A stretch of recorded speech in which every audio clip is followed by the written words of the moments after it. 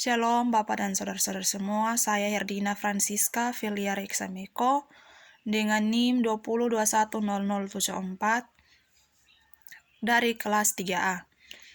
Saya akan memberikan komentar saya mengenai bacaan yang diberikan oleh Bapak dalam tugas hermeneutik Perjanjian Lama. Baik, di dalam bacaan mengatakan bahwa eksegesis dan eisegesis itu merupakan dua pendekatan yang saling bertentangan dalam studi Alkitab. Nah, secara harafiah eksegesis dikatakan bahwa berarti bahwa membawa keluar atau menuntun keluar, yang artinya seorang penafsir dituntun dari kesimpulan suatu teks. Nah, hal ini sangat berlawanan dengan arti dari eisegesis. Eisegesis itu adalah interpretasi dari suatu bagian berdasarkan bacaan yang subjektif dan non-analitis. Kata eisegesis secara harafiah itu berarti mengarahkan ke dalam, yang berarti seorang penafsir dia membawa gagasannya sendiri ke dalam teks dan menjadikan teks tersebut berarti sesuai dengan apapun yang ia inginkan. Nah, jika demikian, maka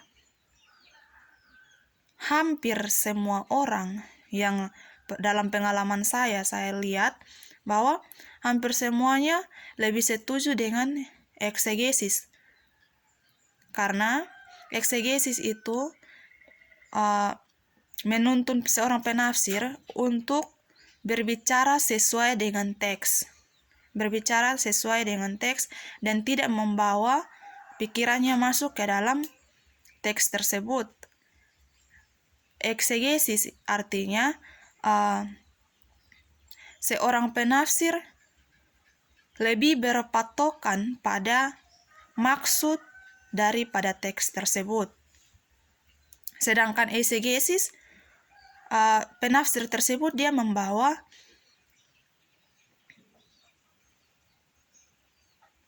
pikirannya atau gagasannya masuk ke dalam teks tersebut.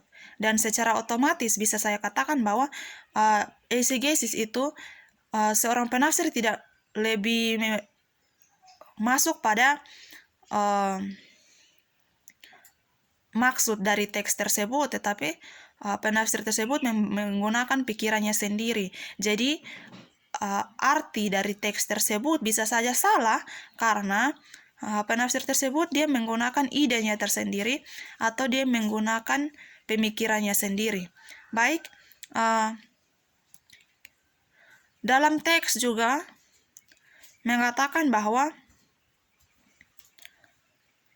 eksegesis itu dia memungkinkan kita untuk setuju dengan Alkitab. Eksegesis memungkinkan kita untuk setuju dengan Alkitab, sedangkan eisegesis berusaha untuk memaksa Alkitab agar setuju dengan proses kita. Nah, jika boleh memilih,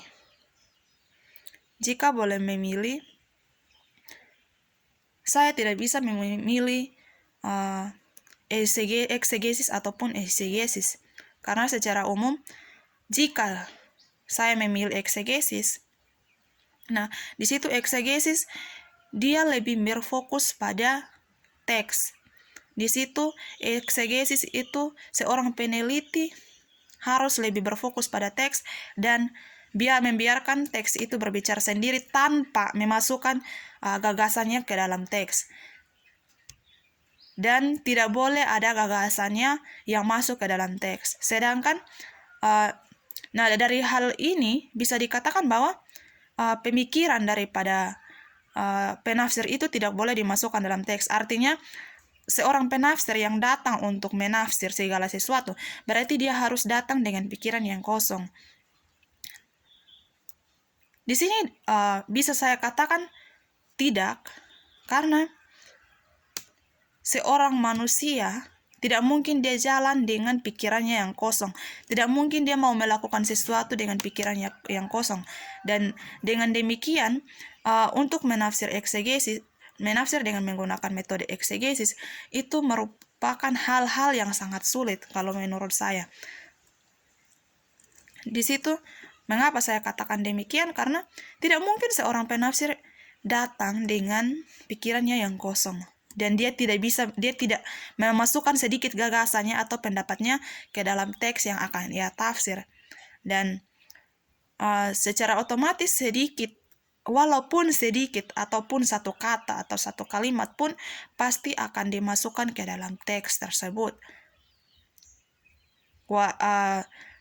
Demikian juga walaupun memang dia menafsir menggunakan metode eksegesis, dia lebih berpatokan pada apa yang dimaksudkan oleh teks, tetapi pasti saja ada sedikit gagasan yang ia masukkan ke dalamnya. Nah, pada bagian yang berikut dikatakan bahwa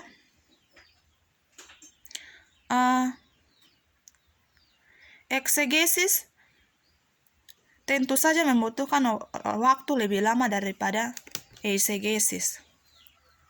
Nah, dari sini bagaimana dengan orang yang lebih memilih menggunakan metode eisegesis? Karena mempertimbangkan banyaknya waktu yang akan digunakan untuk menggunakan metode eisegesis. Sedangkan di sini sudah dikatakan secara jelas bahwa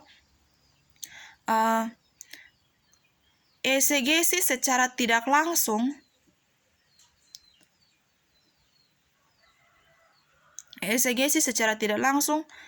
membuat atau menyebabkan kesalahan, karena si calon penafsir itu mencoba untuk menyelaraskan teks dengan praduganya sendiri.